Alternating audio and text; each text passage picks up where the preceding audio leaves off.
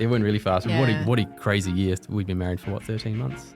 So I was working for the Labor Party, and I'd been working for the Labor Party for about 8 years. By the end, I was working for a minister as a senior advisor. On the other side of the country in Canberra, you were going through a pretty horrible time. I was held up in a corner. I was just crying. I was like, I need your support. Do you stand by the Labor Party or do you stand by your wife? What side do you pick? Australia's flush with money.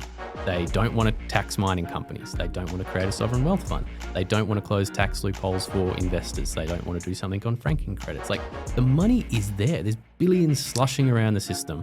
What would you tell the community, the 18-year-old, the 17-year-old, the 50-year-old that's never voted? أعوذ بالله من الشيطان الرجيم بسم الله الرحمن الرحيم والصلاة والسلام على سيد المرسلين محمد وعلى آله وصحبه أجمعين. Assalamu alaikum. Welcome to the Safi Bros podcast. Alhamdulillah, we are available on all audio platforms. And of course, alhamdulillah, on YouTube every second Friday at 3 p.m. If you are listening on one of our audio platforms, please follow and give us a rating. And if you are watching on YouTube, please subscribe as it helps our content reach more people, allows you to get each episode as soon as it is released, and of course, expands our reach to more international renowned speakers. Alhamdulillah, we are back today with Senator Payman and other side, Jacob Stokes.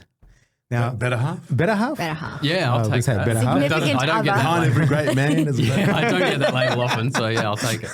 So, alhamdulillah, today we're extending the conversation as we've had it on the podcast previously, and we're going to talk about the upcoming election. Today is more topical, as we have done, topical. This is one of the first topical discussions we're having, where we're going to be talking about the importance of voting, how the Australian government works, of course, and quick catch up from last episode and state the Australian Voice Party, what's happening with it, and how things are going leading up to the election. As we know, so much things are happening. So, Bismillah, Assalamu alaikum. Welcome to the Safi Bros podcast. Walaikum salam. Thank you so much for having us. This is my first podcast. So Yeah, this I'm is our excited. first couple podcast. So we've never had a couple. So first couple, mashallah. The power duo here, mashallah, may Allah bless them. Thank you. Bismillah. Thank you. So, I think we'll start for the ones that don't know you. Can you tell us a bit about yourself? I know you don't like being in the limelight, but we forced you. You did the Safi Bros twist of the hand. Yeah, I was going to say, I'm usually behind the camera. Any photo you usually see on social media or video is one taken by me of Fatima. So He knows all the good angles. I had to learn. I used to get, it wasn't good enough. Remember the times that I used to take the photos, you'd be like, that's not good. That's getting deleted. So I had to learn. It was part of the job. All the sisters will know. God, Yeah. You got to train them well. You got to I've train them deleted a well. lot of photos from my phone. Maybe. Yeah. I was Googling, watching YouTube videos, how to take the right photo, so it all got done. But yeah, I'm usually behind the screen, so it's nice to be in front of a microphone for once. It doesn't really happen. But yeah, background on me was born and raised in Australia, Christian name Jacob, Islamic name Yaqub. I converted about 3.5 years ago. Inshallah. And I was on that. It wasn't to get Fatima Payman, was No, it? it wasn't, which people seem to think. Yeah, of course. That's the misconception. No, Right. it is a misconception, but yeah, I don't know how I got her either way. But I was on the journey to Islam when we met, when I was sort of appointed as campaign manager for the Senate campaign when Fatima was elected. I was fasting for Ramadan in solidarity with a brother that was working at Rebel Sport where I used to work. Wow. I was like, I could lose some weight, so I'll join you on that. And by the end of Ramadan, I just never felt so physically better, mentally clear, determined, motivated. You're up early, you're getting things done. And by the end, I thought, I could obviously just put that down to, well, I didn't eat and I fasted and I feel great. Or I can put it down to maybe there's something more there. Wow. And there was a masala around the house, around the corner from me, and it was for reverts. And I thought, I'll go and I'll attend. And there was about 5 other brothers there, some of them with tattoos all the way up their necks. And, they'd had it rough at the start and they were sort of coming back to the faith. And after maybe 6 months there of sort of just learning the basics, I said my shahada and SubhanAllah. yeah, that was it. And before you know it, you're sort of on a journey. And it's been incredible since then. Then you get married. And then you get married. Oh. And from there, what a year it's been since then. No halal girlfriends. It went fast. It went really fast. Yeah. What a crazy year. We've been married for 13 months? 13 months, yeah. And I think your biggest trial wasn't me facing the Prime Minister on national TV, it was you facing my mum. Yeah, that was tough. Because when I was like, oh look, I think we click. And what do you think? And you're like, chat to my mum. And I was like, oh, sure, I'm pretty good. I'm usually good with that sort of stuff. And oh man, Afghan mum. Yeah, It wasn't easy. She's not arguing about he wants the visa. No. He's here for the visa. So yeah, your mum took a little bit of convincing at the start. It was probably the last thing she expected, to have a white 100%. convert knock on the door and be like, I'm here for the senator's hand. Very brave of me. I don't know what I was thinking. It was meant to be, yes. Allah subhanahu wa ta'ala always paves the way. So tell us a bit about your profession and what you were doing, because obviously with Fatima's podcast, we know that you were the back end and as they say, the rock behind Fatima's willing power. Tell us a bit about your work and what you were doing. Yeah, I was working for the Labor Party, and I'd been working for the Labor Party for about 8 years. Started volunteering, folding and stuffing envelopes for a local MP, and then got 2 days a week, 3 days a week, full time. And over that time, by the end, I was working for a minister as a senior advisor, parliamentary advisor. So I'd answer the questions that were given to him in Parliament. I was the senior advisor for science and advanced manufacturing. So it was sort of my job to, whatever the Premier wanted, to kickstart a new industry. So if it's railcar manufacturing, wind turbine manufacturing, batteries for renewable energy, decommissioning of oil rigs and whatnot, if they thought, we don't want to outsource it, we don't want to import these things, we want to build them here and create jobs, can you figure that out? And so it was a lot of responsibility, it was a lot of fun. And as I was doing that, on the other side of the country in Canberra, because we're from WA, you were going through a pretty horrible time trying to stand up for what we believe was right. And once it sort of got out to the media that Fatima Payman's husband worked for the state Labor government, they had a bit of a field day with that. And my bosses weren't too happy. I was getting calls, getting messages, do not talk to media, because journalists were coming in LinkedIn, email, text, just saying, hey, we want some comments. Do you stand by the Labor Party or do you stand by your wife? What side do you pick? They were really wedging us hard. Yeah, it was horrible. And mind you, this is like 3 months after our wedding. So we got married in February and all this kick started in sort of May, start of June. Yeah, and so the papers were reaching out saying, what do you want to make a comment? Because we're going to write a piece about you. And luckily the West Australian had a little bit of integrity and decided not to publish my name. And they just said, Fatima Payman's husband works here and blah, blah, blah, blah. And what doesn't have a lot of integrity is the Daily Mail. Yes. And when they decided to run it, they went through my social media and they found our wedding photos and they published all of it. And my mum woke up to us on the front page saying, mystery husband unmasked, real tabloid sort of stuff. Yeah. And flicking that over to your bosses, sort of saying, hey, you're going to get some questions about this, is pretty hard, because they were saying to me, do not talk. And I didn't talk. I didn't leave any comments. I was like, I'm going to be a good Labor boy and I'm not going to put the government in jeopardy. And mind you, the Premier was invited to our wedding, so he was very well connected with us. Yeah, so that's another thing. Is like, we knew them personally. These our bosses. They were at our wedding and we'd worked with them for years. They give you a present? Let's park that. Yeah. Sorry, I had to put that that's it. And so by the end, of getting weeks and weeks on end of questions from media, and my boss is saying, do not talk, do not say anything. We don't want the Labor government, the state government dragged into this. We've got an election in March. It's not too far away. Just avoid it. And I kept my head down. And it comes to a point where, even though I was supporting you behind the scenes, seeing publicly absolutely nobody back you in, the Prime Minister and the caucus are throwing you under the bus. And I was like, how can I not stand up and say I back in my wife? Like, what am I doing trying to protect my job over support my wife? And so I did speak to media. I just went. We didn't know where it was going to be a little column in a page somewhere at the back, or if it was going to be a bigger story than that. And it was front page that day. And I remember looking at it and thinking, ooh, I'm in trouble now that I've made some comments. But I called the bosses and I went, look, I've done it. You're not going to like it, but I did what was right. They pulled me into the office the next day and I said, look, I don't think I can make this work I want to support my wife wholeheartely, so I don't think I should work for you guys anymore. I'm going to give you my 2 weeks notice. And they went, no, we want it effective immediately. Yeah. Wow. So I packed my stuff and that was it. 8 years, no text, no thanks for everything. It was just done, over. Haven't heard from anyone since. Jazakallah khair, as we say. Yeah, it was a wild ride. Either you're with us or against us. Huh? That was it, yeah. And Up. that's what they do. They don't leave any room for ifs, ands, or buts. It's that you back us in or you're out permanently. Wow. Toxic waste has been referred to. This is like black or white. There's no grays. And subhanallah, and this is all these. Any hardline perspective has that. Yeah. And everything sits in the grey.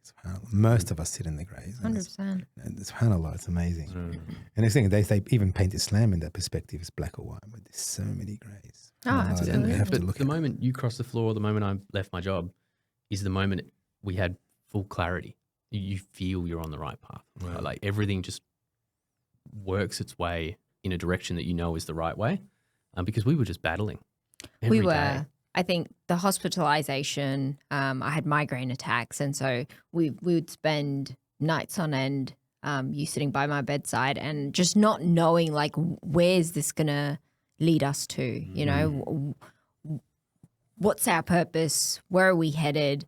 And I think there was this one clear moment where I was in our bedroom, held up in a corner. I was just crying. I was like, I need your support. And that's when, this was right before you spoke to media about your sport. And, you know, because I was like, do I cross the floor? Do I not cross the floor? Like, what do I do? And I remember you saying, whatever you decide, I'll back you in 100%. And I think I needed that reassurance to just go ahead. Because it was a breaking point. It was where you were trying to protect me in a lot of ways and not really filling me in on what you were thinking and where you were going, because it's like, well, I want to protect you in your job and how what you've worked for. And so you were consulting with others about maybe what you should do. And then you had no idea what direction you should take. And there was just that moment where I saw you break in front of me and just curl up on the floor. And I was just like, what am I doing? How can I be, well, think about this option in the long term. And, you know, this isn't your fight. You don't have to be the one that takes this. And in some ways I was trying to protect you in another way where it's like, you don't have to be the face of this. And it's also hard to see your wife be the face of something like that, be on the front pages, be attacked by the Prime Minister and everybody. But that moment was the moment where I was like, you know what, everything aside, whatever you choose, I'm backing you in 100%. I will do what needs to be done as a husband and not as a staffer. Yeah. That was that moment of clarity. I was like, that's it. I'm tightening that belt and I'm on this journey. You were in for the fight then. You were in the boxing ring throwing punches after that. Yeah. That's great.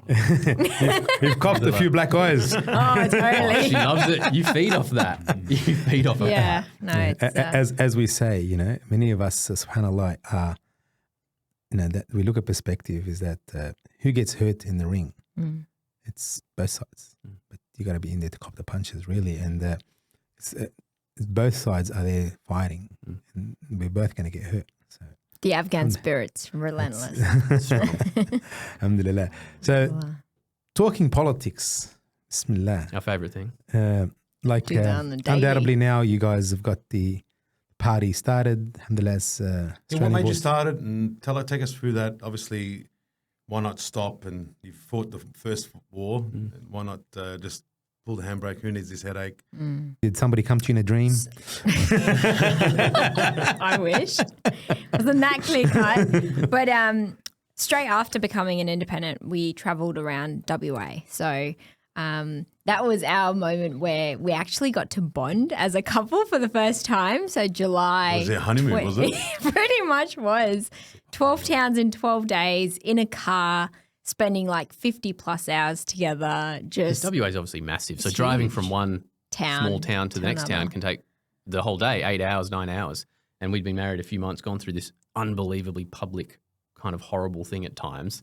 And then you're sort of in a metal box together for 9 hours and you go, okay, this is a test. Let's see how well we get on for 9 hours in a car. So no, alhamdulillah, we traveled the state, spoke to a lot of different communities, and it was quite an eye-opening experience. We got to hear firsthand from people on the ground what their challenges were, what they were experiencing, how they felt forgotten by both major parties, essentially, and all levels of government. And that's when we started thinking, okay, so how can we, you know, it's a massive state. How do we represent WA as best as we possibly can in Canberra.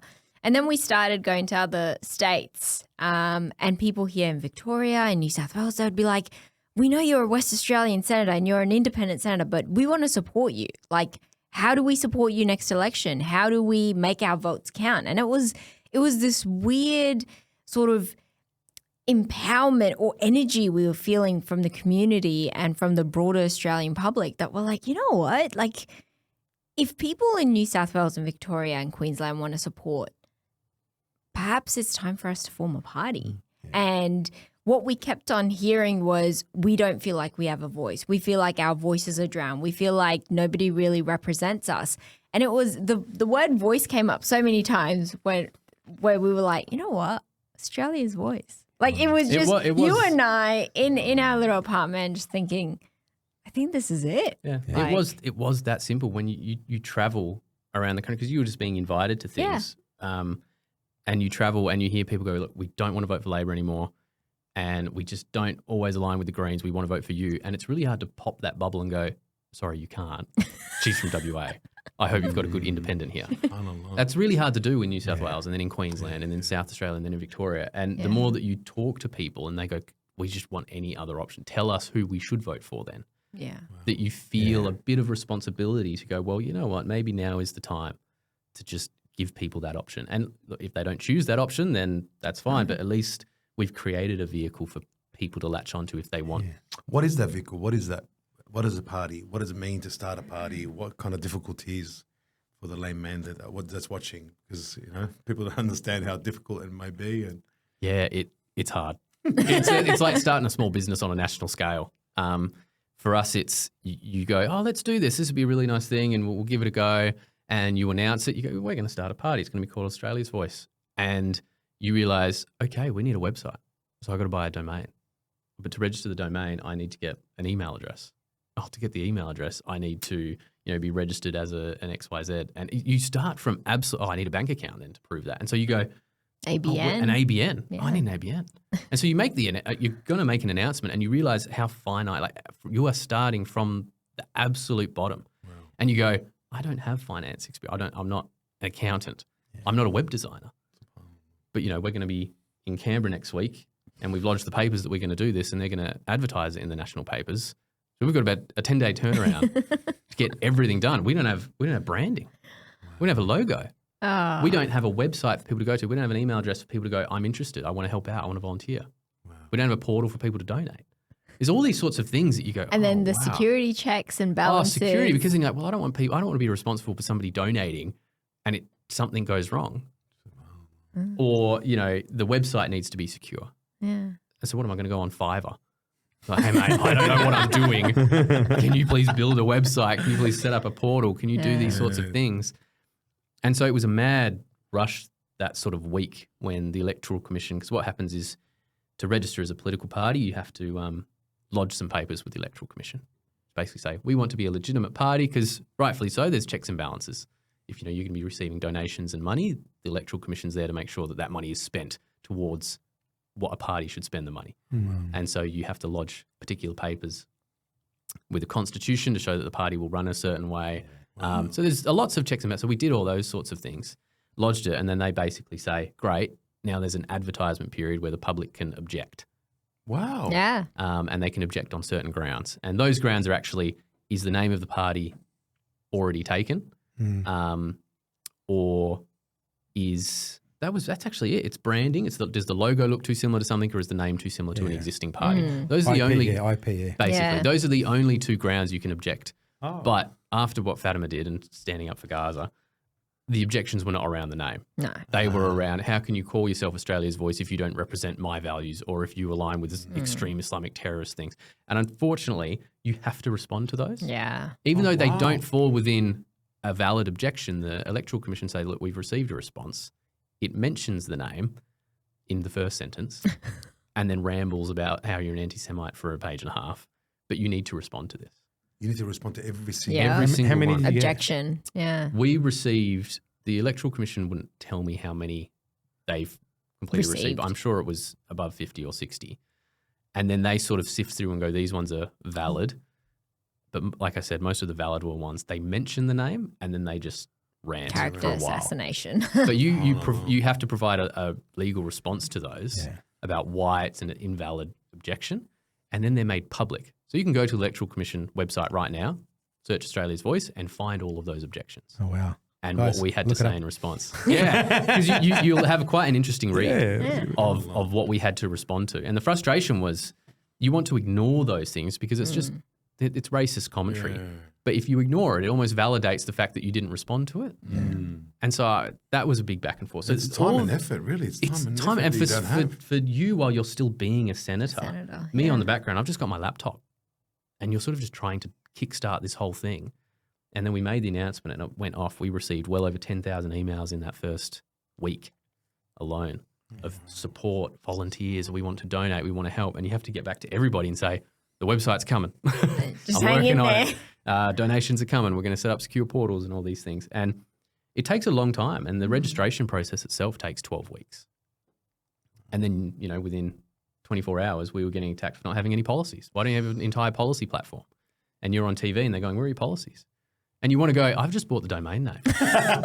I'm not even on policies yet. Wow. Like you guys did it the other way around. Normally people do it that way, do they? No. I've never heard of anyone doing it that way. No, No. we were catapulted into this position. But usually, people would start slow, work through local government, have a few councillors here and there, and then work their way up. But You running went a federal top down. campaign top down. Yeah, we thought that sounds boring. Oh, wow. Yeah. Flipped We've it, done way, yeah. everything. flip it on his head, as they Let's say. do it the other way. Were people shocked? Like how? What? Like, because everyone's expecting you to go through status quo. I think they were. I think most people expected you just to stay an independent or to join the Greens. That was a big one that came quite a lot. She's going to join the Greens any day now. And so to come out and announce, we're forming our own party, I think for a lot of people was, oh, wow. And not only that, it's not called Fatima Payman's party. It's not Pauline Hanson's One Nation, the Jackie Lambie Network, Gerard Rennick's First Nation, where we didn't slap Fatima's name on just because. We thought, no, if Fatima does, if you don't get elected in 3 years' time, which is when Fatima's up, we still want that to be there as an option for people outside of what we end up doing. And if we end up passing this on, we still want it to be an option. And so to not have your name on it, the media were expecting the Gaza party or something like that probably. Yeah. So you're not a single issue party either. I do think that we caught a lot of people off and go, oh, this is a legitimate party that wants to be here in the long run. And that's sort of what we've been building. Yeah. The movement should outlive us. Like, this isn't about me. This isn't about what I've done. Yes, that vote of me crossing the floor against the Labor Party was the catalyst, and that led to my exit from the party. But Australia's voice is there for everybody because, you've got everyday Australians who are just sick and tired of the two major party duopoly. They feel like they're just being tossed around. And they feel like the Greens just, or feel like they're a bit extreme. It's their way or the highway. And so they're like, there's gotta be another option. So alhamdulillah. Why not, like majority of the community today, what's happening is they're saying better the devil you know than the one you don't. Why not go with the Greens? Why not work with them and manipulate that and work your way up? Because it's happening. Everyone's saying, oh, my real votes go to Liberal, my real votes go to Labor, it doesn't matter if you're an independent. All these arguments happening around, where does my real vote go? Why not just say, okay, like anything, why go down this path? Let me just hop on the green wagon or the Labor, Liberal, take that route. Why not do that? Well, Einstein said, doing the same thing over and over again and expecting a different outcome is the definition of insanity. So if the current system, the current status quo has not been working, then something's got to change. And I think bringing a fresh perspective and being people-focused, it allows us to really, truly represent in its truest form, like not be swayed by lobby interest groups or big corporations. And there are various elements to that question because there are preferences that we can discuss. There's such thing as the lower house and upper house and where our focus is, because a lot of people think that, there are movements like MVM, Muslim Vote Matters. There's the Muslim Vote. There's supporters of Palestine. Like there are so many movements that are happening. And they box Australia's voice as just one of those. And it's like, no, we want to indicate and show you that we're actually a real contender, just like the Labor Party, the Liberal Party, the Nationals, the Greens. And I think a lot of people have a misunderstanding that Australian politics is like American politics. Yes. You've got the Democrats and the Republicans, and here you've got Labor and Liberal, and that's it. Those it's are amazing how people choices. say that. They can't say anything. And it's because The colours are the same. Colours are the same, and they're not as different as you think. And for a lot of people, they think, okay, well, if that's what it is, if it's Trump or Biden, but the Australian equivalent, then what's the point of voting? Or I'm not happy with Labor, but it's better than the Liberal Party, so I'll just cast my vote there. The difference we have in Australia is you have a preferential voting system. They don't have that in America. In America, you do have those two parties, and that's it. Here, if you vote for the Greens or if you vote for Australia's Voice, that vote goes to that party, and if Australia's Voice doesn't get up, it'll go to your number 2. So you see on that ballot paper, it says number 1 through 6. And if you number 1 through 6, and if you vote for Labor at 1, but the Labor candidate doesn't get up, it'll look at who you voted at number 2. And so what we tell people is like, you need to use those preferences. If you go, you know what, I don't want the Liberals to win. I want Australia's Voice to win. And if they're not going to win, I want the Greens to win next. And if the Greens aren't going to win, I want this other party. And I'm going to put Labor and Liberal right at the bottom, but I'm going to put Labor above the Liberals. So you know that if your minor party that you chose, Australia's Voice, doesn't get elected, your vote will still go to your next best choice. And that's what people, I think, really need to learn is you can have your cake and eat it too. You can vote for the party that's your favourite and hedge your bets and go, if that one doesn't win, out of the others, who do I want? Yeah. But the more people that do that, the more likely you are to have a minor party that wins. Yeah. And it sends what does that mean? lesson. Is that same in the Senate and the lower? Yes, I was just going to correct that we're not running, at this moment in time, we're not running anybody in the lower house as we speak. Today is the 2nd of April, just for your viewers. Things could change because politics is a very volatile space. But we'll be on the Senate ballot paper. So that's the long piece of paper. And we're encouraging people to vote 1 for Australia's Voice above the line. So you know how there's the little box and then you've got all the candidates listed at the bottom. Because what does that mean? What does that mean above the line for the ones that don't? So voting for a party above the line means that the vote goes directly to the party. And when you accumulate enough votes that will reach the quota to get the first person on your ticket elected, say, for example, in Victoria, currently we've got Mohammed Al-Masri as number 1 on the Senate ticket.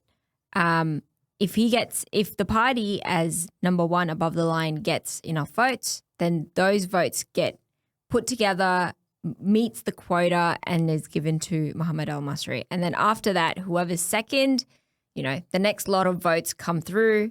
And if they meet the second quota, then it goes to the second person. The second person gets elected. Do we know what the quota is?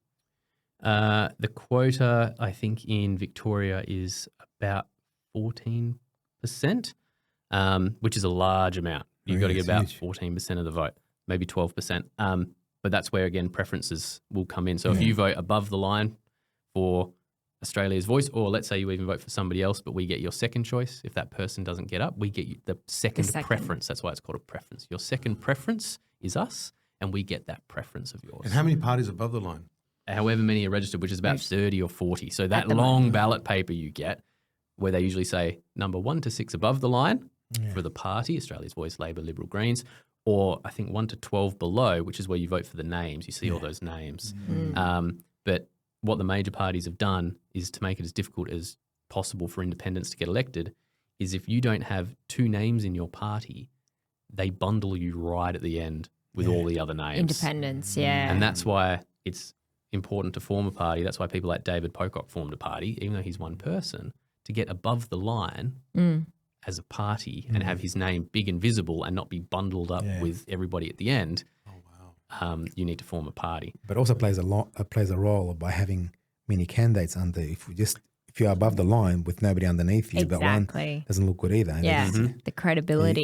You look That's Itsy it. bitsy, teeny weeny. Labor and Liberal will have 6, 7, 8 names, big, huge. They stand out on the ballot paper.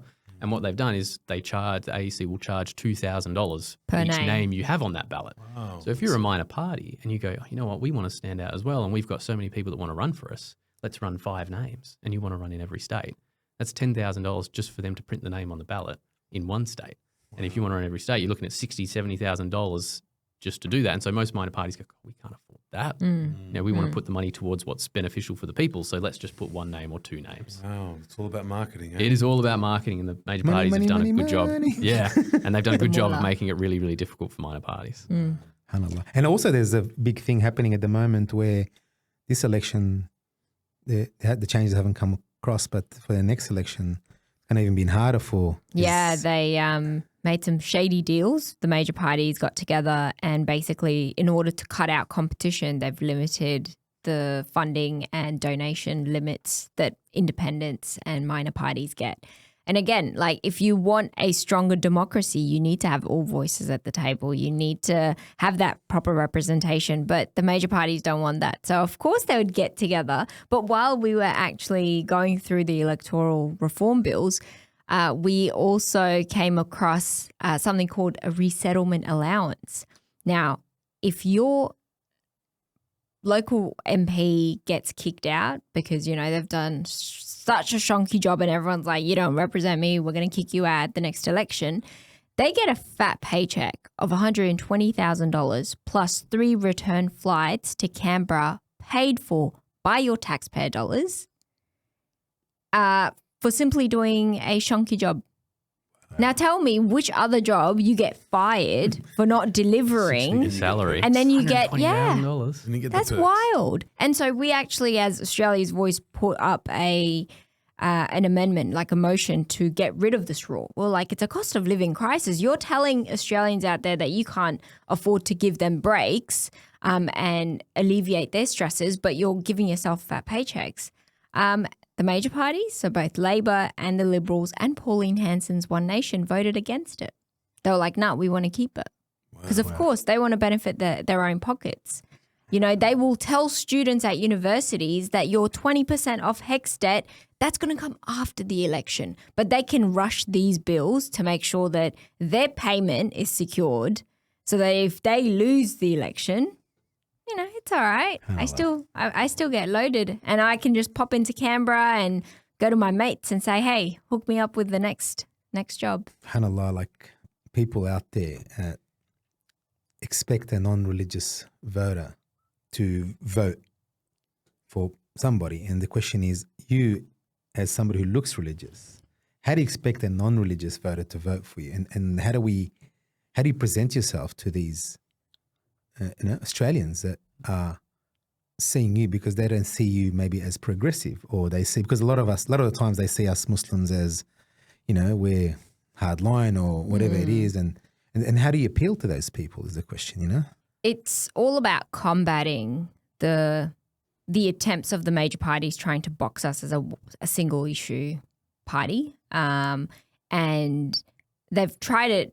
During my exit, they've tried to paint me as this person who's bringing sectarianism into politics and is super religious and is going to bring Sharia law and, really condescending, sort of implying that I'm only here for one segment of our Australian society. And so we've worked really hard to not only speak on matters that have broader implications across the board, whether it's people in the region, whether it's hardworking Australian families wanting to make ends meet, whether it's alleviating cost of living stresses, whether it's talking about how we should be protecting our gas reserves and resources and prioritising Australians' needs before we think about the profits that it's going to bring to these private corporations, or whether it's talking about the housing crisis, like everyday issues that impact everyday Australians. But again, Murdoch media, various politicians and the major parties want to keep boxing us as just this minor party that only serves the Muslim interest, or just because I look like this, I must only represent the people that look like me. It's like if Gerard Rennick, does he get boxed as a white man in his, mid 50s, 60s to just be representing his lot. You know, like the fact that they see my external appearance and they think, oh, well, we can just stereotype her. And that's what's wrong with our political system, and we need to change, Like the progressives out there most likely see you as not that. How are you combating that? And what are you going to do? How are you going to sell yourself to these people that, again, I know they're seeing you in a different light, but what are you going to say to them? Hey, how do you sell yourself? Someone who's relatable, right? Like whether it was through my skibbity speech, whether it was through, my smackdown of Pauline Hanson, I think it's breaking the stereotypes of what it means to be a Muslim, so-called Muslim politician. Just because I wear a hijab doesn't limit me to one cohort of our society. And I think it's putting myself out there in various circles and talking. And again, when you're marketing, whether it's through ads, whether it's through social media, it's gaining that credibility with everyday Australians to be like, I'm just like you. The hijab on my head should not remove any bit of Australianness, if I can call it that, from my identity. But there's policies that you have. Like what are these policies that you are giving? Well, that's it. It's I think the way we've actually built our policy platform in the end is there's a form on the website. No matter who you are or what group you identify as or what community you are or faith or anything like that, we build our platform based on the submissions we get. So if lots of people go, I am sick and tired of the housing crisis and sick and tired of these loopholes that investors get. I'm a single mum and I just tried to go and buy a house and I got told that someone in Sydney, this happens in WA all the time, someone in Sydney paid more because they're going to go and rent it out and they can cover the costs. And I've lost out again. Like we get that all the time. And for us, it's like no matter who you are, the submissions that come in and the conversations we have on the ground with people, housing, action on negative gearing and capital gains tax discount, because these just give landlords so much power over everyday Australians trying to break into the market. It's breaking up the Coles and Woolies duopoly because they've price gouged us to no end. And it's action on climate. It's these gas. It's 15% gas reservation because they sell our gas offshore. They dig up our gas and our minerals, pay no tax, sell it offshore, and then we buy it back. And that's why people have to pay $3,000 a month for their bills. It's unbelievable. And it's like no matter who you are, just because the person that's the face of the party wears a hijab doesn't mean we don't advocate on things that impact every single Australian. And so I would implore people to go to the website. I don't know where the camera is, and fill out the form because we do read them, every single one, and we take the feedback and we usually reply and ask for extra information, and that's how we sort of develop something. It's a bottom-up approach. We're not here going to people saying, this is what's going to work and this is exactly what's going to happen, whether you like it or not. So they're the ones experiencing these things, and we need to hear from everybody to make sure that we have policies that address the big issues that every Australian's facing, no matter who they are. So break down the understanding of the lower house and upper house, so our viewers, inshallah, understand. So how does it work?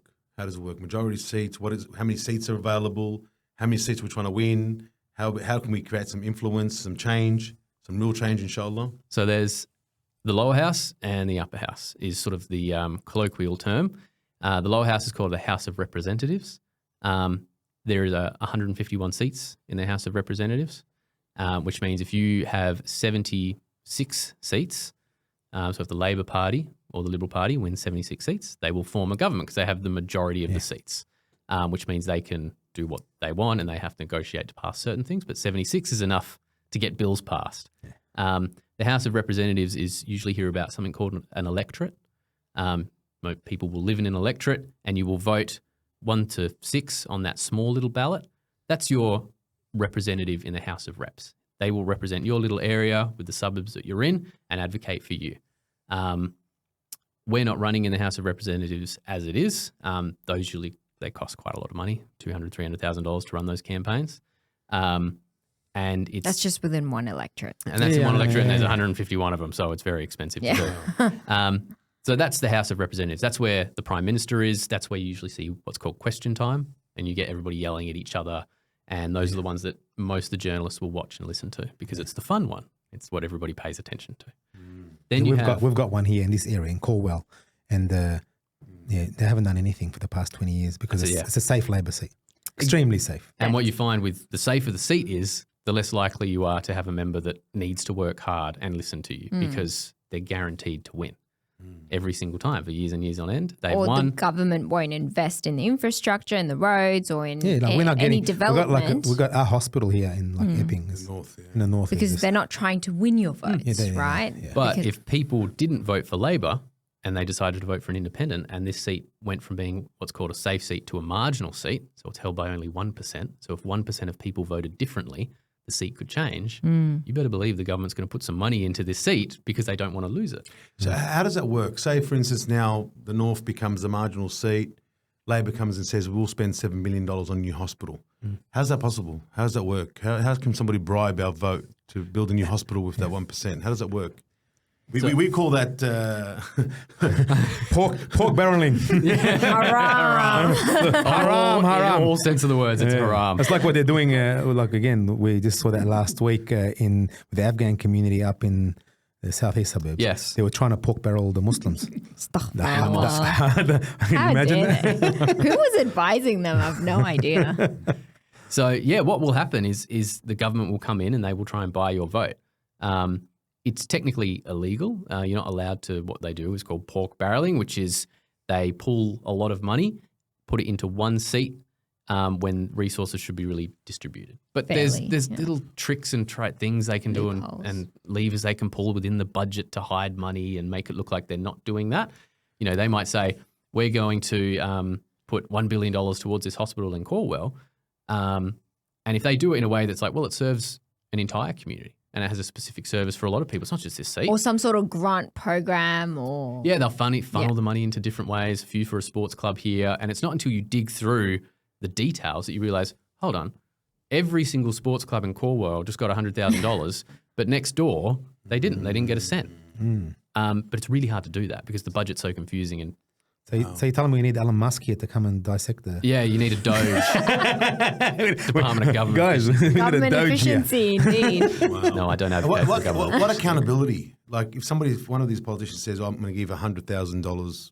The only way that you can really do it, and this, I'm going to use the Liberals, I think it was the Liberals as an example during the Scott Morrison era before he was elected. They committed to rebuild car parks or public infrastructure in marginal seats that they wanted to win, and then they won them and they didn't build them. It just never really happened. So the money was allocated, but was never just really used. And the Labor government did call it out and there was an investigation of some sort, but there's not much really that you can do. The ACCC, or not the ACCC, they might do an investigation. There's now the, what was set up? It's toothless. The National Anti-Corruption Commission. Was set up to stop things like that. You should be able to bring politicians before a public court, basically, and say, what happened here? Explain this to the people, and it's filmed, and you can visit, and you can hold government to account. So that promise can be pulled. Well, that was the idea. The Labor government implemented a National Anti-Corruption Commission, but have made it private. So the public doesn't know actually what's going on, and there are certain rules about what can and can't be brought to... But they'll run with that and say, we did this really good thing for transparency and accountability. But yeah, so you can just buy votes. And you see it all the time with people coming to the community and saying, we will give you X, Y, Z and we'll give you this. $6.5 million for a mosque. For a mosque. Oh. Yes. The same very people who also want to invite Netanyahu and, with open arms. The same people that said us Lebanese people was a mistake coming to Australia, shouldn't let us in. The same people that think Islamophobia is fictitious. Mm-hmm. And it's usually your lower house member for Cornwall, for example, the representatives of your electorate that will come and make that commitment. Yeah. After that, let's say there's a bill, a piece of legislation, the government wants to change something. That happens in the House of Representatives. They all vote. If it gets the majority, it comes up to the Senate, where Fatima is. The Senate is the House of Review. It is basically there to say, has the House of Representatives done a good job? Checks and balances. It's like, all right, we want to make sure nothing strange is going on. The Senate is a hodgepodge of all kinds of characters and parties because the way you vote for the Senate isn't by electorate like it is in the House of Representatives, where you say, I want, Labor to represent me in my little patch. The long ballot that's the Senate, you will vote for it. And if all the other people in your state vote enough to fill a quota, which is about 14%, then that party will get one person up. If another 14% say, yep, that's enough, they'll get a second person up. So you can imagine, if you get 14, 18, 28, 42 people, if you get 42% of the vote, you will get three people up as a party. So that's the way that sort of works. And so that's for every state. Every state has 12 senators. 6 of them are up every time. So if you get almost 50% of the vote, you'll get 3 of those 6. That's pretty good. Yeah. What usually happens is it's Labor or Liberal will get 2 or 3. One might go to the Greens, and then that final 6th spot will usually go to a minor party a lot of the time. And the way that is because a minor party might only get 5%, so they don't do enough to fill a quota. But imagine if the Labor Party get 50%. That's not enough to get a 4th person because they need 56%. So the Electoral Commission, when they're counting, they go, sorry, Labor, you didn't get the numbers. That 8% now is going to trickle down to the second preference of those people. Wow. And so that 8% will split a little bit because some might preference their second best options, the Liberals, some are the Greens. But if they go to the Liberals and they go, oh, Liberals, you didn't fill the next quota either. I'm sorry. And they'll move that. So who was the third preference? And all these preferences will trickle down for that final Senate spot in the state. Wow. And so you could be, and in Victoria, Ralph Babet of United Australia Party, who was Clive Palmer's party, he only got 4%. He got in with 4%. Wow. But the preferences, the way that the second and third preferences worked, because people went, I want to vote Labor, they didn't get it, my second choice is the Greens or Ralph Babet and whatnot. He had enough preferences that he had more votes than the next person. Wow. So even if that next person was a Labor person, they might only have 3%, but he had 4%. And so he got up. So you can get up on a very small amount of votes if people use their vote in a way that is strategic. So you don't have to go Labor or Liberal. How do we educate the strategy? How do we undoubtedly, like we've had so many discussions now that the election's being called.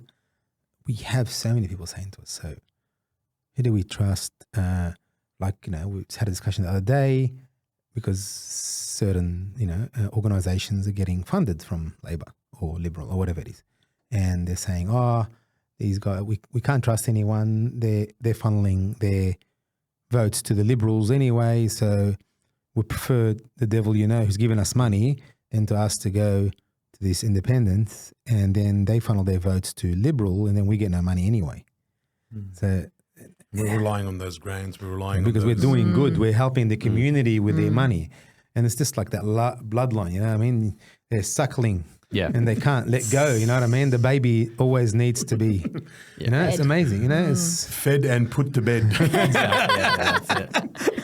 That's it. But it's a good question because people panic. They sort of think, oh, wow, what if I vote for this person and they've done a dirty deal on the side that means my vote actually goes somewhere else. And that in some ways used to be how it happened. So parties used to make deals between themselves. So Labor would say, okay, Liberal, we will preference you at number 2, which means every vote we get, and if we don't get elected, it's going to go to you. That used to be up to the parties to decide. And so you would vote for Labor, and then whatever happened on the back end was about the dirty deals they'd made behind the scenes. And that's with minor parties and the Greens, and everybody would do it. Now the rules are different where you get to choose. So it doesn't matter if Labor and Liberal have said, I'll put you at number 2, I'll preference you. You are the one that puts 1 and 2. So no matter what deals they've made, all they can do is print on their how to vote. Do you know when you go to vote and you have 10, 12 different parties and they're handing out those flyers? Have you ever taken one? No. never. No, people never take those flyers. What they are is a how to vote. It's basically the party saying, this is how we recommend you vote to best use your preferences if we don't get up. Because I've heard of something now at the moment, electronic version, where you can have a how to vote. Yes, I heard the Muslim Voice or whatever. Muslim Vote Matters, they've got something planned where you can put your postcode in. You go, this is the electorate I'm in, and it'll come up and go, this is how we recommend you vote based on who we think is going to serve the community's interest. Because they're aiming to have that kind of influence. Again, I think other people ask the questions, again, who they're preferencing, know what I mean? And what deals are they doing? There's a question for that card, you know what I mean? It's like, it's subhanAllah, we as, the community, I'm talking about Muslims, I'm talking about the community out there. It's like, we don't know who to trust, like at all. Like, we've been burnt here, burnt there, burnt there. And as we can see in the last, 20 years here, especially in our area, nothing's changed at all. Like nothing. Like I honestly, like I've gone to the office. There's nobody there. There's an office that exists here, but that person is never there. And I've never heard of anything that person has done for this community. But it's amazing how our community, I'm not talking about Muslims, I'm talking about our community here. We're very diverse. We have Indians, we have Sikhs, we have Iraqis, we have so many. And all of us are in this melting pot of no investment in our community. It's unbelievable. And we're still doing the same thing. But that's because I think people have for far too long confused influence with access. Just because they are able to invite politicians along to their events and rub shoulders and take photos doesn't necessarily mean that they've got influence.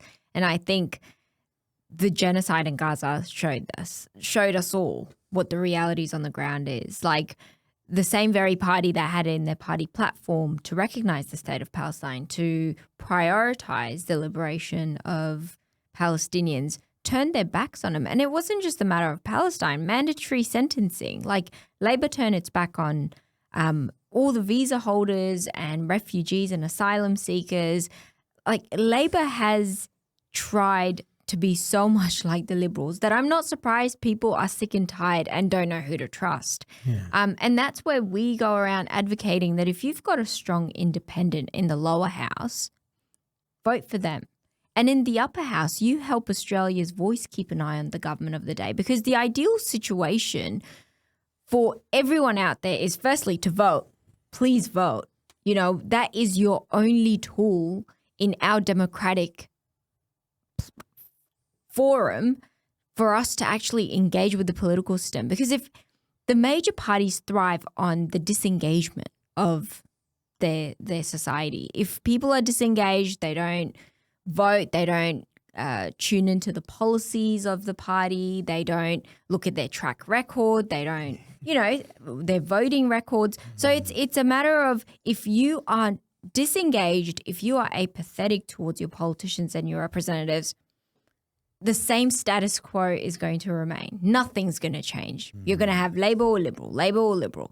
And it's like, if we really want to shake our political system up and want it to represent us and want it to be truly driven by having policies that will have real impacts on the ground, pick differently. Do something different, right? Choose your independent voice, because that is your accountability. You've given them your vote. If they don't deliver, you take them back. Next election, you give it to someone else, right? That's how it should work, because politicians work for you as the voters, not the other way around. So kind of like I see this bread and circus. I don't know, like I look at it and I think to myself, the only way things are going to change if we stop funding the circus, which is all the entertainment that we have. If we turn off so much of the entertainment of the world and let them start thinking, right? And we stop, making things so accessible that people are, like, we are allowing people to still not be hungry in this country.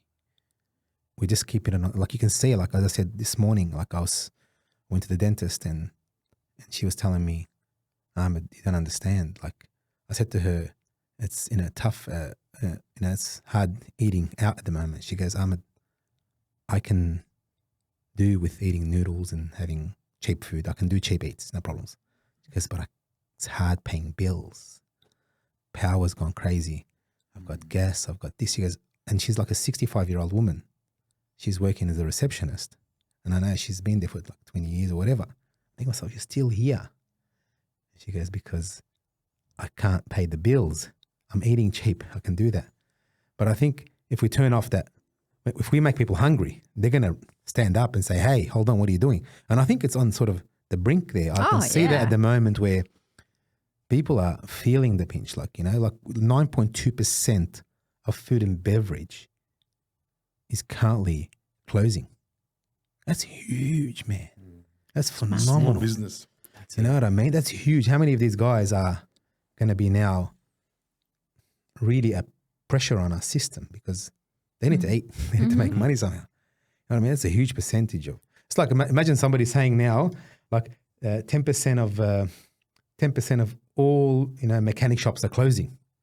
You're not going to find anywhere to bloody change your tires and service your car. Yeah. Allahu Akbar, But so it's those things.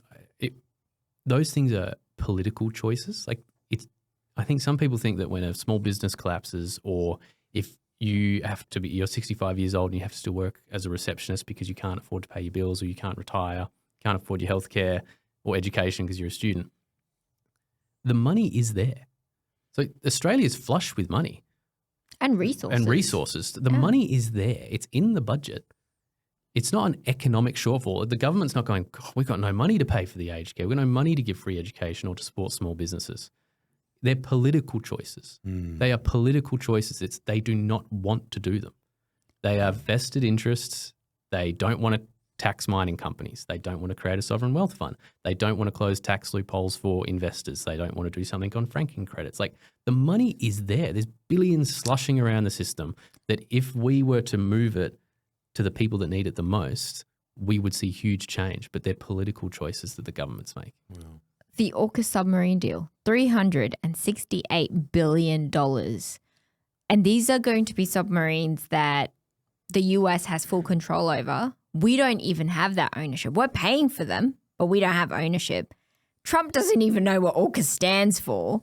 Like, clearly it just shows where where there is political will, there's a political way, but there's just our governments have drowned in this, the major parties have just drowned in these vested interests, just helping their own mates, super out of touch from ordinary Australians. And that's why they don't know how to prioritize the funds.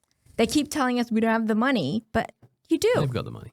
I want to touch on a very important topic because obviously in the last 2 decades, our Muslim community has been told not to vote, not to get involved. Obviously, you guys, from being part of the Labor Party and walking and all this now starting your own party, what would you tell the community, the 18-year-old, the 17-year-old, the 50-year-old that's never voted, never wanted to He's not even registered. Not even registered. What do you tell this? We have some that are not registered. Because, subhanAllah, I went to the local mosque and we were talking. This is one of the reasons why, alhamdulillah, we've got you back, because we're saying we are 10 years in the rears. Our Muslim community doesn't understand their vote is important. Because we're talking about that the only time they'll take us seriously as a Muslim vote is when they say, oh my gosh, there's 100,000 of them voting. Actually, they've actually registered. We're in trouble here. You know what I mean?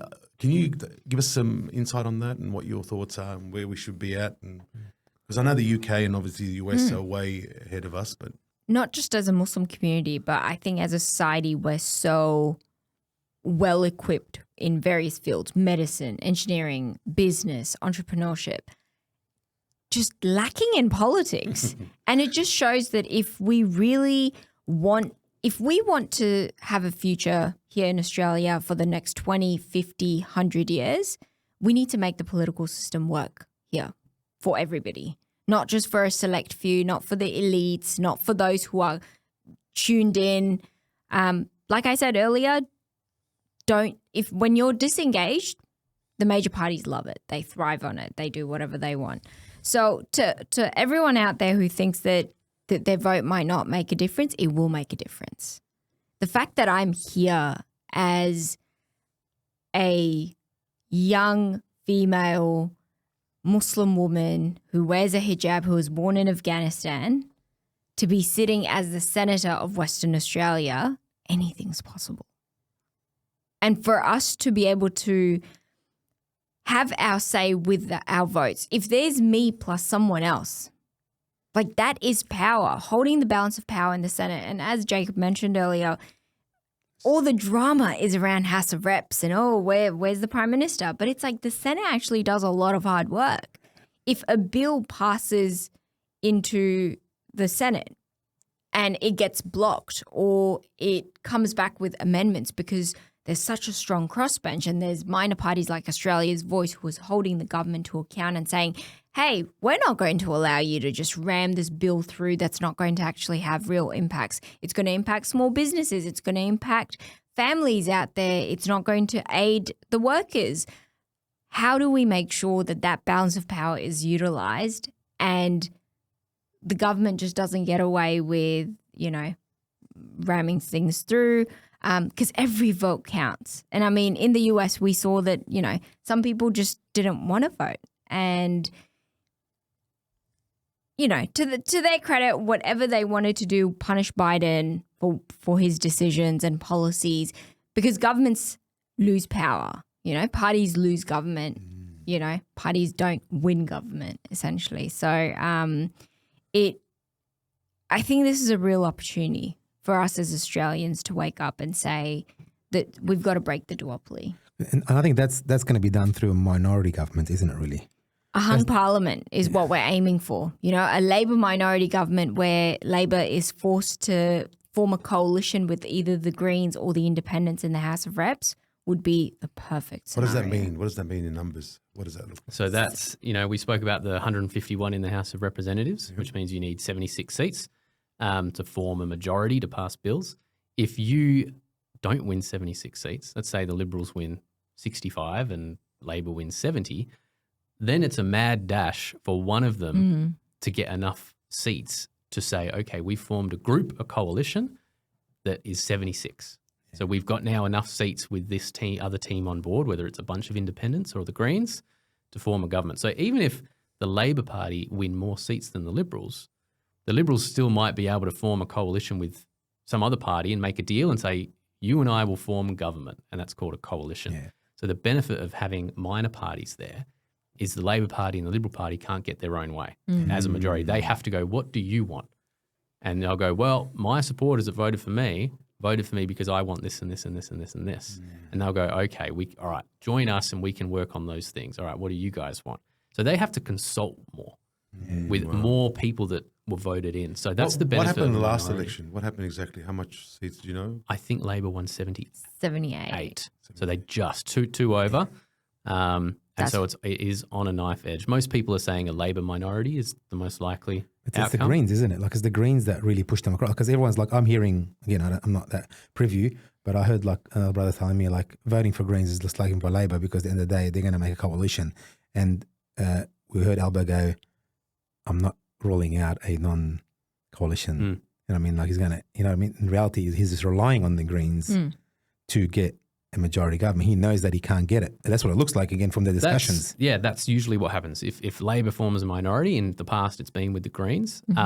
Nowadays you've got so many independents running that they might not have to do that. They might go to these other independents and form government that way. Yeah. But what we've been saying to people is if, let's say, Labor forms government with the Greens and they pass a bill in the House of Representatives and it comes up to the Senate, that bill being passed by Labor and the Greens is useless if the Senate blocks it, if the Senate doesn't majority vote for that bill. Yeah. So that's where you often have, 3 or 4 or 5 or 6 minor parties and a bunch of independents making that final decision.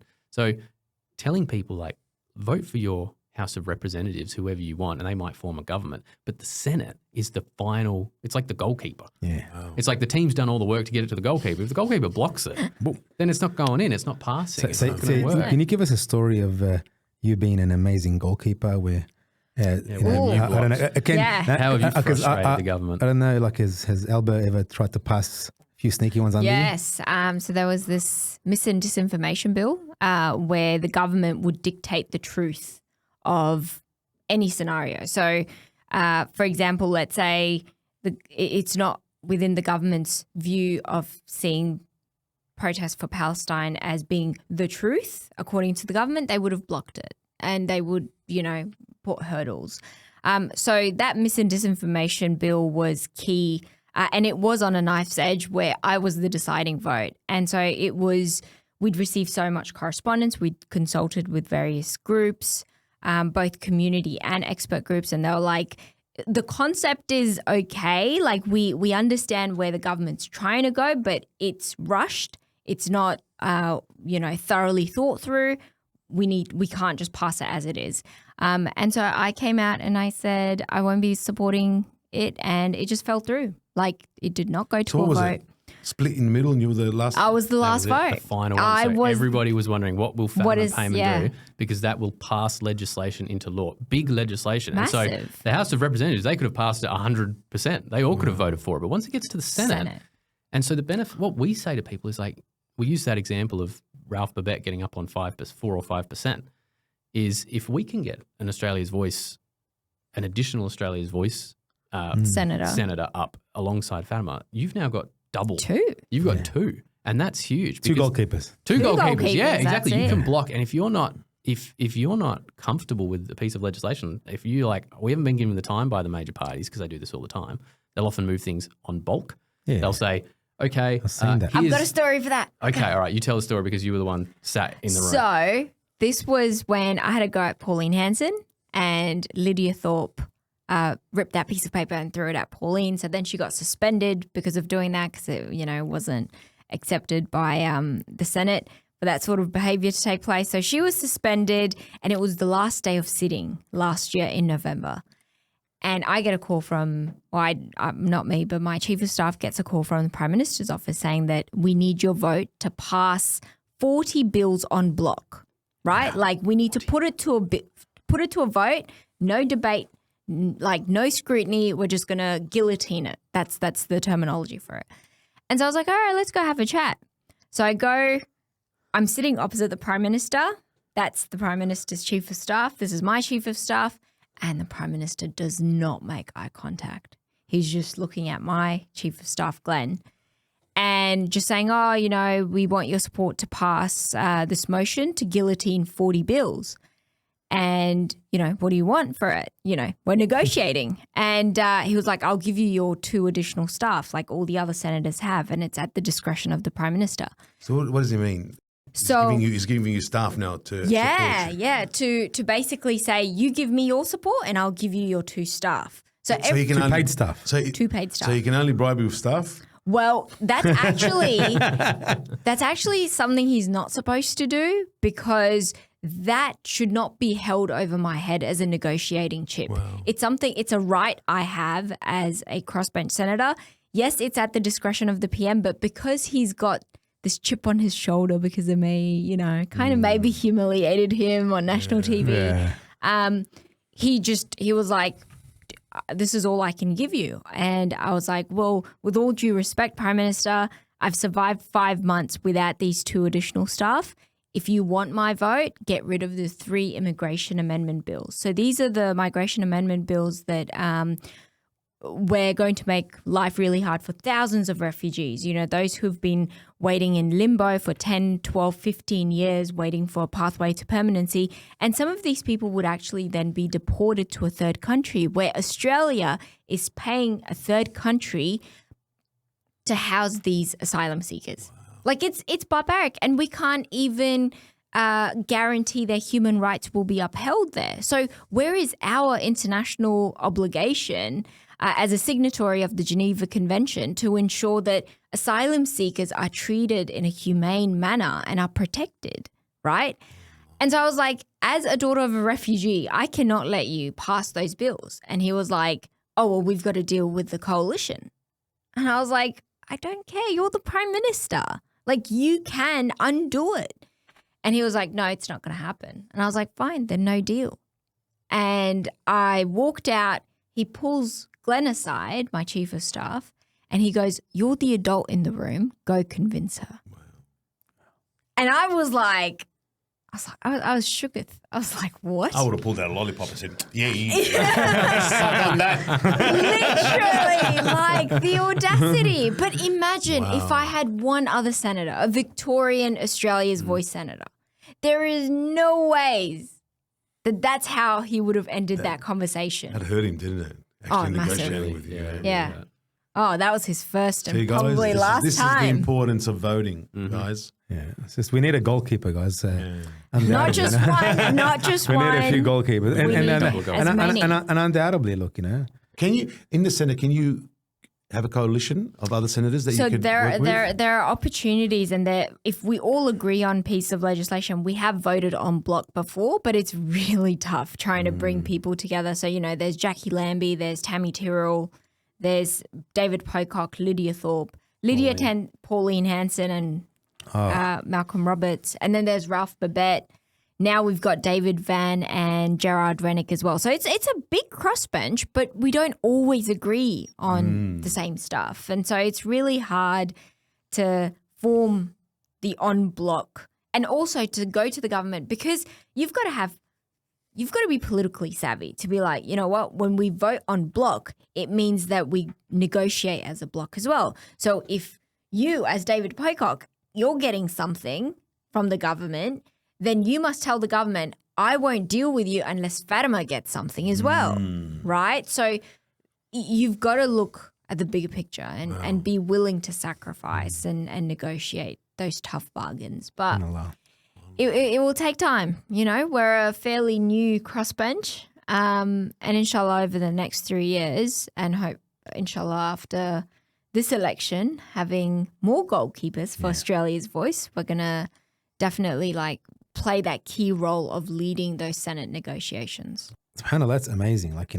Giving the understanding that we need multiple goalkeepers to keep the government in check. I love that analogy though. Thanks. I pulled it out of nowhere. I've never used that before. Well done. It's just the magic Genius. of this room. But also, I wanted to sort of ask the question, there's so many parties out there that are single issue parties. I think people might see you as a single issue party, which is like a Muslim problem. Your single issue is looking after Muslims, but I think it's been projected that way in the community. But what is your issue? My issue is with the two major party duopoly. That's my issue. We need to break that. We definitely want to be there as an alternative option for every Australian out there. Workers' rights. We know that many unionists, as a proud unionist myself, I feel like the Labor Party has let unions down, and hardworking men and women out there who just want to pay their union dues and make sure that there's protection on the work site. So giving them a platform and a voice through Australia's Voice, giving young people a platform and a voice. A lot of time it's so tokenistic. When our students were camping out on university grounds, or they were calling on the government to reduce their HECS debt or to ease their cost of living pressures, where was the government? Yeah, definitely. Spot on. And it's how do we make sure that it's not tokenistic? We don't just have a minister for youth who just has a roundtable meeting maybe once or twice a year and then that's it, and then produces a report and says, these are the problems of young people. Okay, what are we going to do about it? We know what the problems are, just like how we know that there's problems with anti-discrimination, with discrimination, and we need to actually strengthen our anti-discrimination laws, whether it's, to Islamophobia or people from various other communities that feel that hatred and that division, and holding the politicians to account. Like Peter Dutton or the Liberals just go around saying awful stuff and nobody holds them to account. Nobody says, hey, watch your language. This is having ripple effects in our society. You calling me a towelhead or saying we must deport her or calling me a rat isn't going to help your image and the message you're trying to get to Australians out there. We're very forgiving, aren't we? Yeah. And that's I've got another story. I'm full of stories. During that whole period in the last sort of 15 months, but before I left the Labor Party, I remember trying to deploy every tool in my arsenal to be like, you know what, if the human aspect of the genocide is not impacting and touching hearts, let me just try the electoral way. Maybe if I frame it as we're bleeding votes, we're literally bleeding votes from our branches, from our states, like people are turning their backs on us. These are staunch Labor supporters, like we've got to do something. And when I presented that argument to my caucus, and mind you, I was in the left faction of the Labor Party, which is supposed to be the progressive faction. Yeah. They were like, oh, we know that we won't let the community blackmail us. And it's like, okay, sure. And And then sort of further down the track, they would say things like, we know that the community will forgive and forget. Because that's how they've either conditioned the community or they've experienced it. And they're like, we keep getting away with it. Yeah. We keep getting away with doing whatever we want just because we get to like, you know, pork barrel or write some checks and we've got their votes. Or we've got a few gatekeepers who will give us a blanket tick of like, don't worry about this community. I got them. I got them under my thumb. I will tell them who to vote for. I will stand at the minbar and I'll say who to vote for and voila, everyone's going to vote. It's like us having our burgers brand, amazing brand, mashallah, selling a lot of burgers. And then we poison people. And then, subhanAllah, they keep on getting poisoned. Then they come back and eat again because the health inspector is past us. But everybody's getting poisoned. It's been happening for 10 years and everyone's getting poisoned. But the health inspector keeps on coming and saying, hey, they're ticking all the boxes. Or it's like you guys have also gone across the road and shut down every other burger joint. Yeah. You're doing the best you can to shut down the And there's now other joints. burger places that sell burgers, so you have to come and eat and get poisoned. And that's gaslighting to the T, right? Like we've been gaslit for so long by so many players within the two major parties that we need to wake up. And this is our opportunity to truly wake up. And we've got to see it as a long haul. A lot of people look at us and say, all right, so give us the stats. Like, you know, it's now or never, but it's also if you don't get the results now, then it's khalas, it's done. Forget about it. It's like, no, we can think about 20, 30 years down the track. We can think about 100 years from now. Where do we want to see ourselves? Yeah. What future do you want for your kids? Like we can start 100%. Building that now.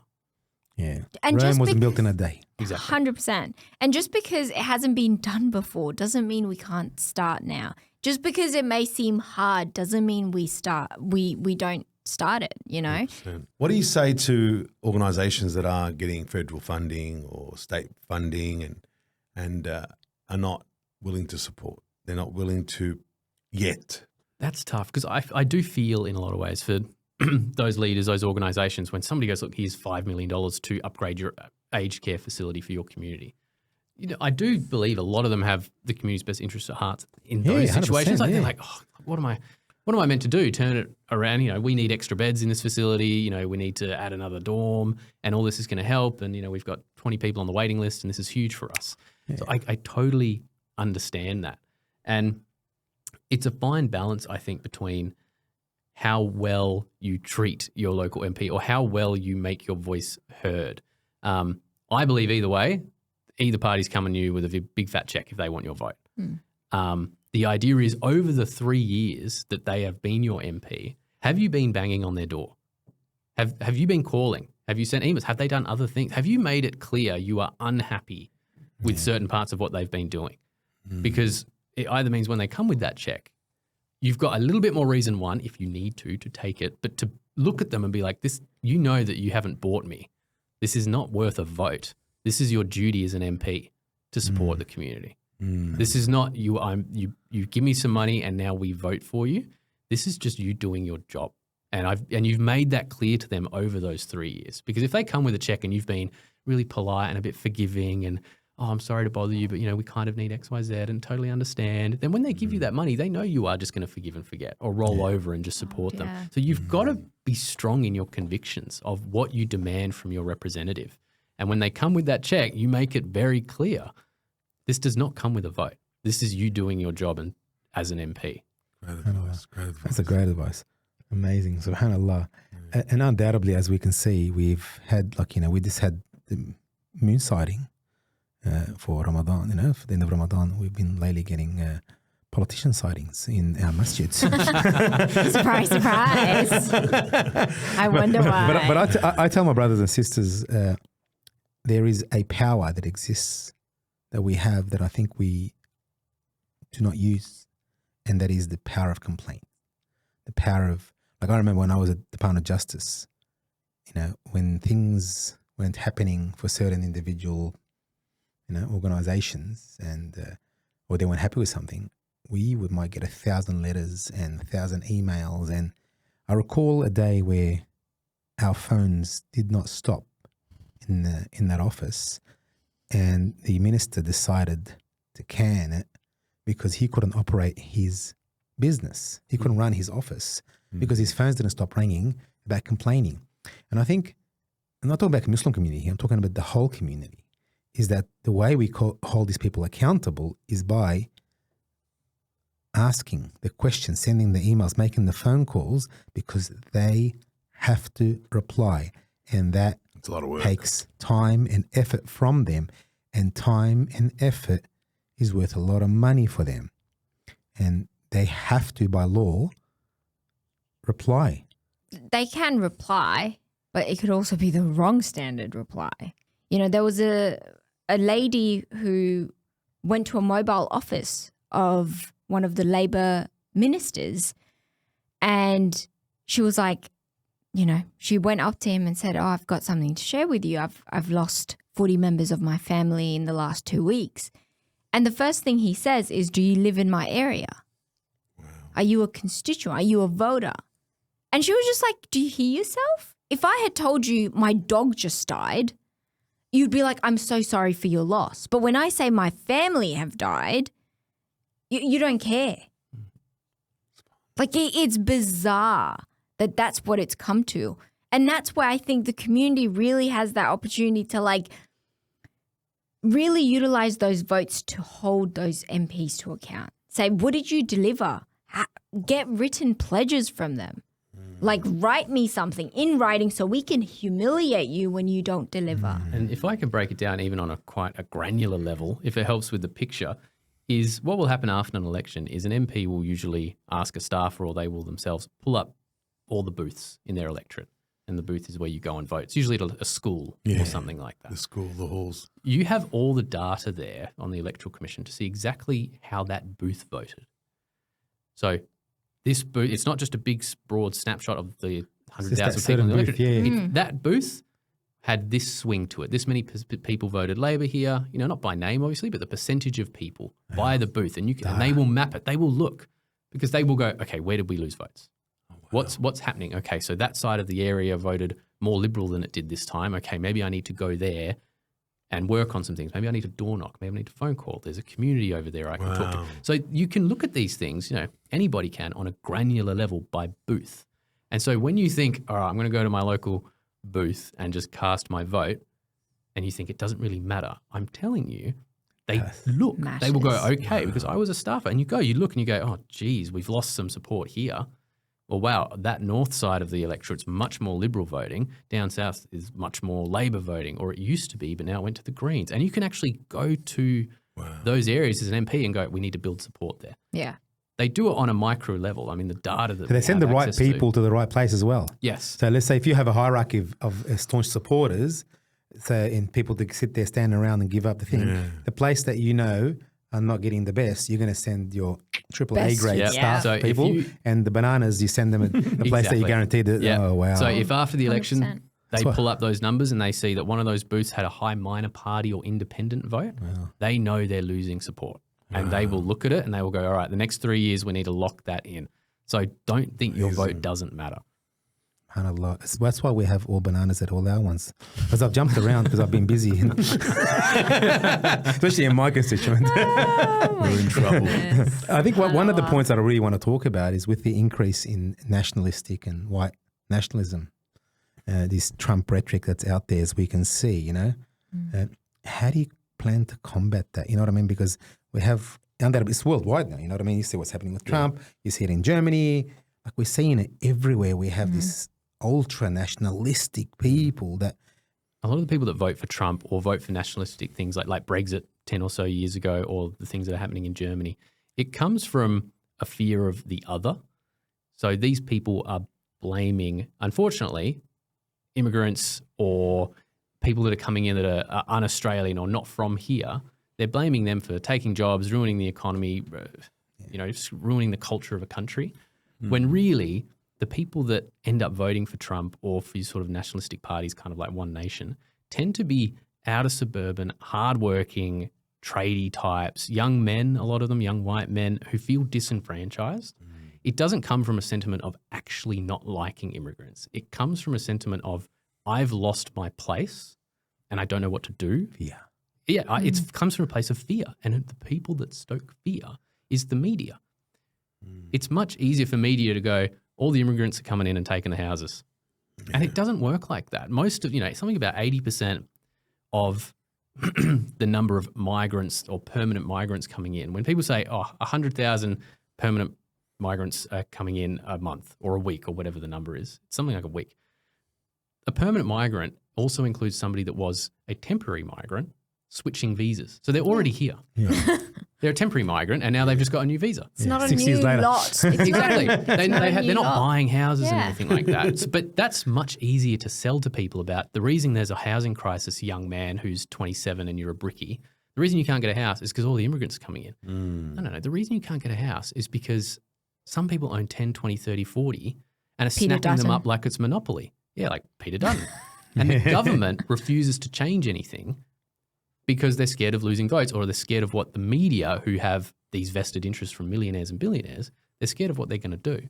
And so the way to combat that sort of nationalistic, I feel I'm losing my place, which comes from a lot of sort of disenfranchised voters, I really believe is saying to them, like, it's a political choice.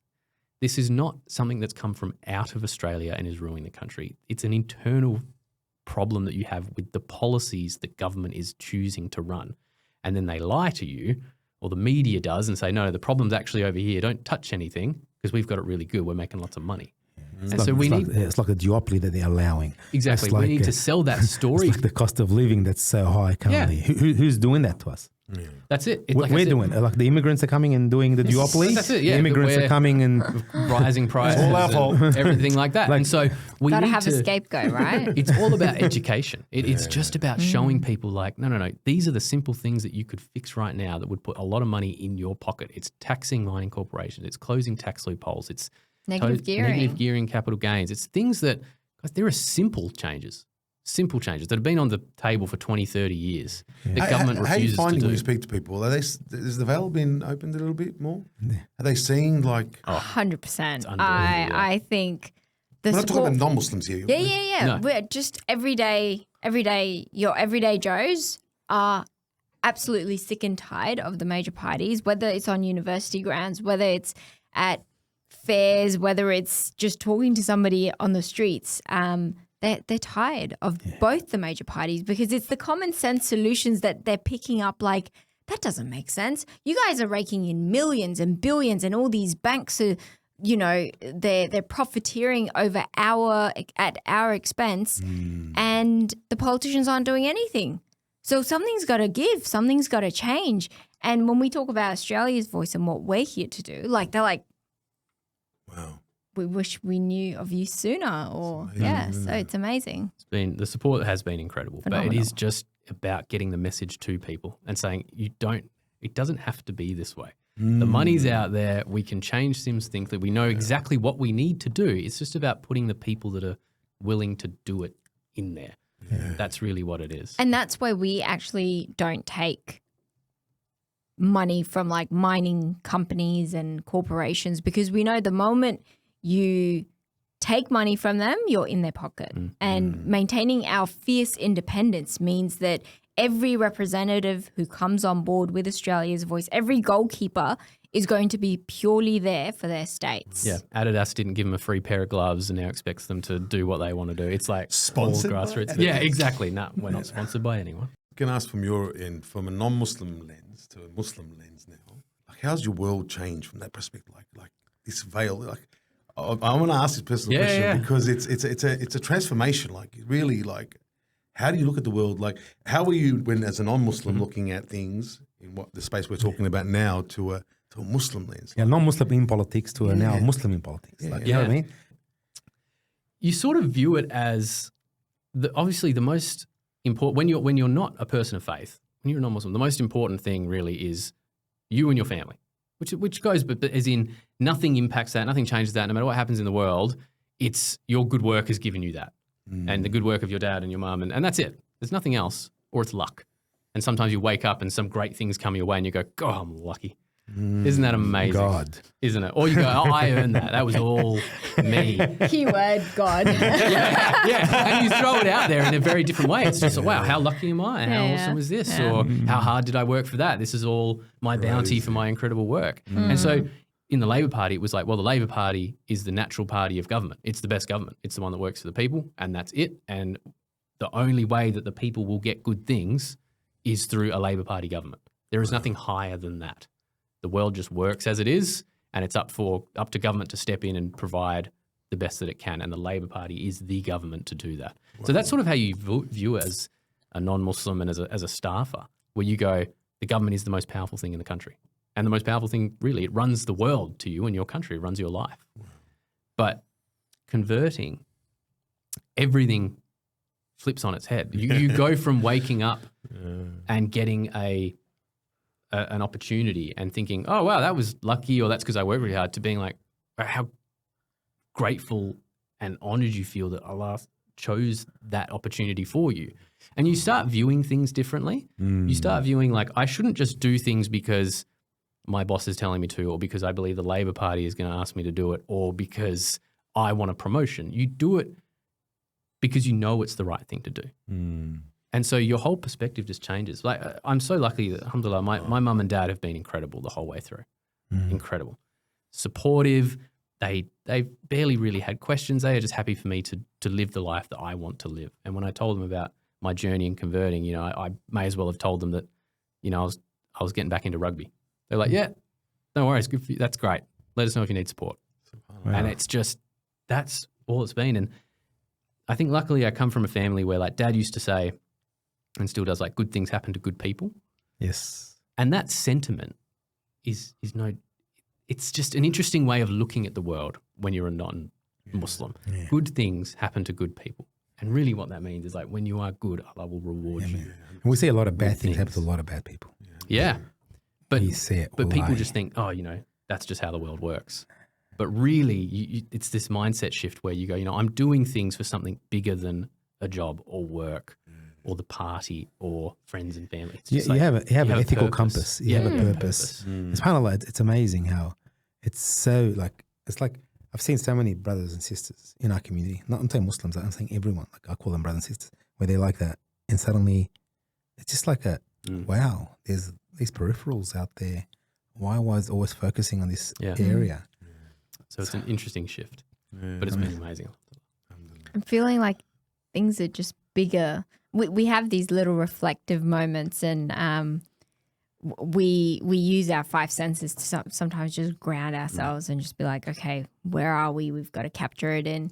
And I think it's knowing that we're living a life full of purpose, alhamdulillah, and that no matter what happens, we're there to serve Allah subhanahu wa ta'ala, serve our family, serve our communities, and then you leave the rest. You leave the rest to Him. It's one thing that I was thinking of before, because subhanAllah, I think Australians are really, like, what happened with the previous Prime Minister. He was affiliated to quite a very powerful Christian church, you know, like extremely wealthy, you know, and I think I've seen that where I think a lot of Australians have been sort of burnt, saying people that are affiliated with religion are bad, you know what I mean? Like, there's that aspect that's out there in the community that you hear about, you know what I mean? Again, I think that was one of the play that played out with his church and what he was doing, you know what I mean? And I think there's that bad taste in your mouth from that, and you're copping a brunt of that as well. Do you know what I mean? Like, and that's I think we have to understand that it's not the same, but that's a big thing that you have to sort of, how do you combat that, you know? Oh, it's tough, because it's not just comments on social media posts or letters or emails, but or poo in the mail, like with the most Islamophobic letters written. Poo in the mail? Yeah. Poo in the mail. Like in a package.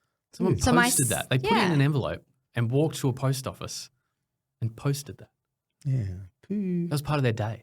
How do you do that? I would have sent that to DNA. So the exactly AFP actually came in to do their investigation to find out, because it's a biohazard, right? Like, you don't just receive something like that and just throw it in the bin. It's like, okay, I'm just going to get on with my day. But people often don't see that. And these are just a few of the many incidents that I actually post on social media, because I reached that point where I'm like, people need to know about this. I'm sorry, but we shouldn't normalize this. We shouldn't just brush it under the rug. Because growing up, my parents would always say, just don't cause a fuss, just blend in the background, like just be as unproblematic as possible.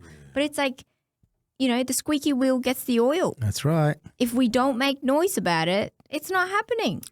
Yeah. And whether it's the Islamophobia Register, like they've been doing incredible research for the last decade or more. I know, a lot of work. And it's like, but it's not translating to anything. Yes. It's like, yeah, the research's there, the data's there, but it's like, how are we going to strengthen our legislative tools to make sure that people don't get away with it? How are we acting on the data? Like I remember my sister and my mum being yelled at. This was immediately post 7th of October. And I wasn't in Australia post 9/11 to know what the situation was like, but it felt like it. Because you're constantly watched and heckled and yelled at, and it's like, well, you didn't get much of that because, you could just blend in. But it's like for visibly Muslim hijab wearing. Yeah, women copy the most. Yeah, and it's like there were sisters who would tell me, in Afghanistan, girls are forced to stay home. But in Australia, girls choose to stay home out of fear. Allahu Akbar. Like that's scary, like you get instances like in Epping shopping centre, broad daylight. Like that's scary. That's horrifying. Imagine having that happen to you in front of your children. Yeah, we've had from the leadership retreat sisters say that, especially like covered women, saying that they prefer to do the online stuff than to go into uni because of the stares and the discrimination. And again, and they've never said anything to anyone. It's like, alhamdulillah, I've got that option that I can do it from home. But what does that mean? They're stuck at home. You know what I mean? Like you said, they're forced to stay at home. But again, it's just another way. It's just the other 100%. Side, complete. We can't bring them to these middle ground and support these young, amazingly intelligent women who are trying to get an education. And from Islamophobia, it can go on to all these other forms of hatred, right? Because all hatred needs to be treated equally, right? Like if politicians and the media are going to focus so much on anti-Semitic rhetoric and attacks, you need to give the same level of attention on the other side. And not only stop at Islamophobia, but what about anti-Palestinian rhetoric? My friend Rachel would wear a keffiyeh and get heckled at and insulted and yelled, but, nothing's done about it. Yeah, there's no repercussions. Yeah, they're trying to conflate Islamophobia with anti-Palestinian sentiment. And it's like, that's wrong. You need to treat them separately and you need to have levers in place to make sure they don't take place. Allah bless you. Allah bless you. Thank you for sharing. It's been a long conversation, undoubtedly. We've really enjoyed it. And before we end the podcast, we always like to thank Allah subhanahu wa ta'ala. We thank our audience. And alhamdulillah, we're reminding you, please, to subscribe so you don't miss out. Please comment so we can improve. I would love your questions for the senator and her husband. On touching on that, where can we get the correct way to vote for the Senate seat? Where is that? Do you have all that information? We've got a website, www.australiasvoice.com.au. Information will be uploaded on there soon. Those sort of how to votes are always done kind of right at the last minute before pre-poll, early voting opens. Beautiful. So keep an eye on the website or Fatima's socials or her TikTok, however you follow her. And inshallah, we'll be uploading a lot of that stuff, letting people know how to vote very soon. Amazing. But if in doubt, vote above the line, 1 for Australia's Voice. Non-negotiable. And then you can vote for 2, 3, 4, whoever you like. We've got a Sydney candidate here. What, do you have to get an address? Do you have to get an address? We were saying, we'll buy you a house in Sydney. It only costs us 1.5 million. He actually has his grandparents in Parramatta. Grandparents live in Parramatta. Dad was born in Sydney. I'll vote we did one. joke with Dad. We did. Yeah, he was like, well. Allah, thank you so much for having us. Please, guys, if you have any questions, of course, please write them in the comment. We'll pass them on. And also, the senator also has a membership, so you can join. Absolutely. Yes, please. Thank you. Join if you're interested in knowing and get to know. And it's quite like, I don't know, it was like $13 or something. We tried to make it. I think we did make it the cheapest membership. So you can join for as little as $4 a month. If you're a concession, or if you're under 25, it's $20 for the year. So it's pretty affordable.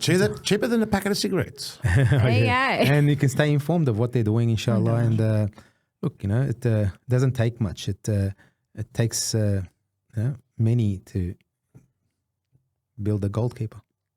100%. That's it. Goalkeeper indeed. I don't know how you title your podcast, but is that the title of the podcast? Jazakumullah khair. Again, don't forget to give us a rating on our audio platform. Jazakumullah khair. Assalamu alaikum wa rahmatullahi wa barakatuh. Peace be upon you all.